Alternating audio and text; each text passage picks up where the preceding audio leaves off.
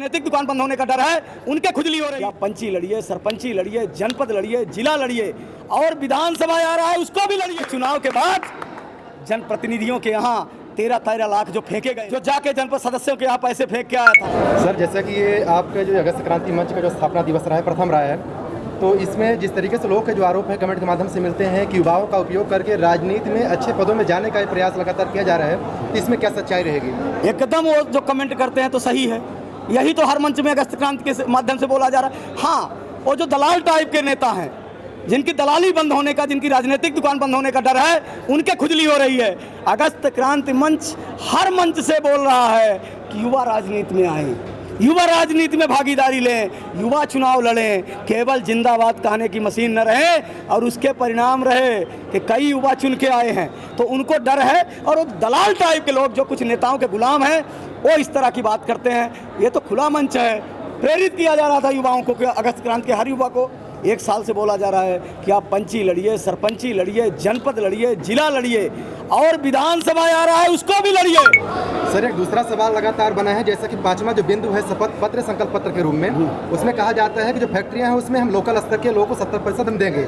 लेकिन एक और नया आज एक खोज देखने को मिली है, सवाल एक और आया कि आपके पास भी कई ऐसी फैक्ट्रियां हैं जिस पे आपका लगातार उस पर कार्य चालू होता है, तो विभिन्न युवाओं को कितने परसेंटेज रोजगार आपके माध्यम से दिया गया है? मेरा कोई फैक्ट्री नहीं है, मैं नॉर्मल ठेकेदार हूँ। और जितने भी मेरे लोग हैं लगभग पूरे मेरे पास 150 से ज़्यादा युवा काम कर रहे हैं और 150 100% युवा के कर रहे हैं। इसमें कहा जा रहा है कि अभी हाल में ही आपने जनपद के चुनाव लड़े रहे और उसमें अध्यक्ष के उम्मीदवार भी आपकी पत्नी थी जी। इसमें जनपद सदस्यों को खरीदने का जो एक आरोप लगाया जा रहा है उसमें क्या सत्यता है? ऐसा है कि जो बिकाऊ होता है उसको दुनिया बिकाऊ दिखती है और जो टिकाऊ होता है उसको दुनिया टिकाई देती है। ये जनता बता रही है कि चुनाव के बाद जनप्रतिनिधियों के यहाँ 13-13 लाख जो फेंके गए थे और जो जनपद सदस्यों ने उस थैले को छुआ नहीं, उन्होंने वापस कर दिया। वो 30 है, वो उस आका से पूछे जो जाके जनपद सदस्यों के यहाँ पैसे फेंक के आया था। जो जनपद सदस्यों ने वोट दिया है उनका एक ही शब्द था, एक ही सवाल था कि मैं आपको वोट दूंगा, जनता ने बगैर पैसे के हमको वोट दिया है और वोट देने के बाद हमें 5 साल काम चाहिए। और सुन लीजिए, मैंने बोला है पैसा देने के लिए।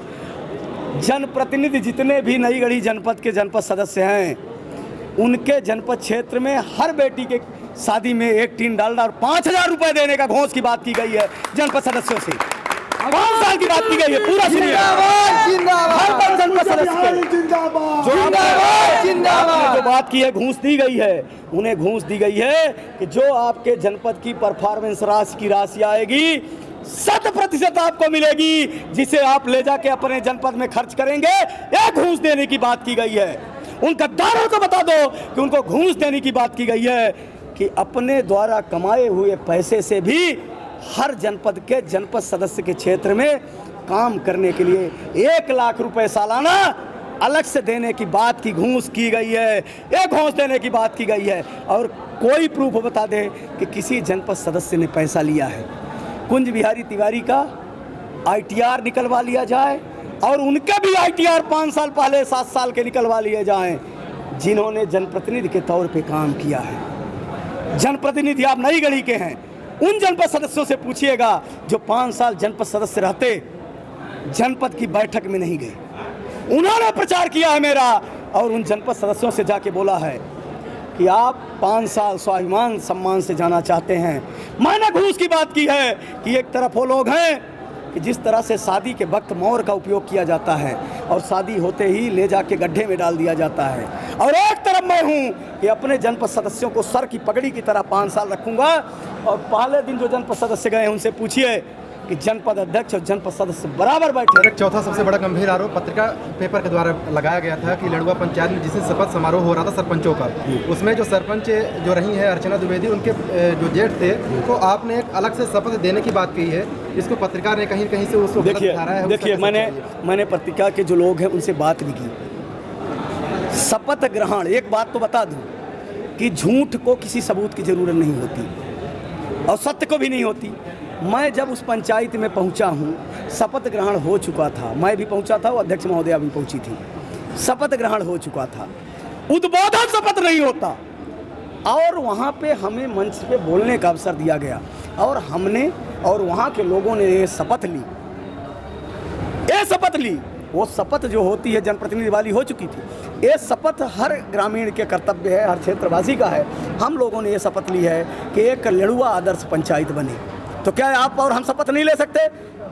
एक आदर्श ग्राम, एक आदर्श नागरिक होने का शपथ नहीं ले सकते? किसी तरह से जो प्रशासनिक और अधिकृत शपथ थी वो शपथ हो चुकी थी, और कोई भी फुटेज दिखा दिया जाए तो मैं राजनीति से आज ही इस्तीफा दे दूंगा कि मैंने लड़ुआ में कोई शपथ दिलाई। एक खबर क्यों नहीं दिखाई गई कि कुछ लोग नई गढ़ी के हार को नहीं पचा पाए और विधानसभा अध्यक्ष नई गढ़ी में शपथ दिला रहे थे, उसका बहिष्कार किया और शपथ नहीं लिए। वो खबर आप लोगों ने क्यों नहीं दिखाई?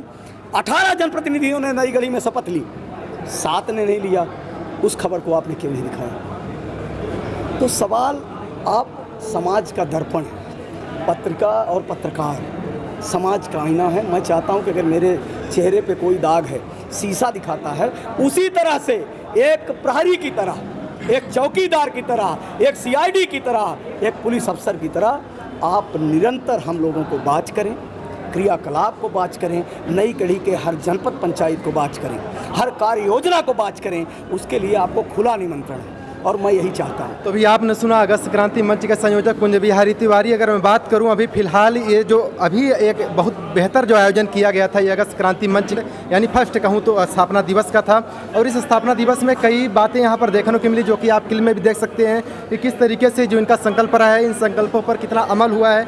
आपने अभी अच्छी तरह से बयान देखे हैं। इसी साथ देखते हैं 24 मारन जयसवाल। जय हिंद।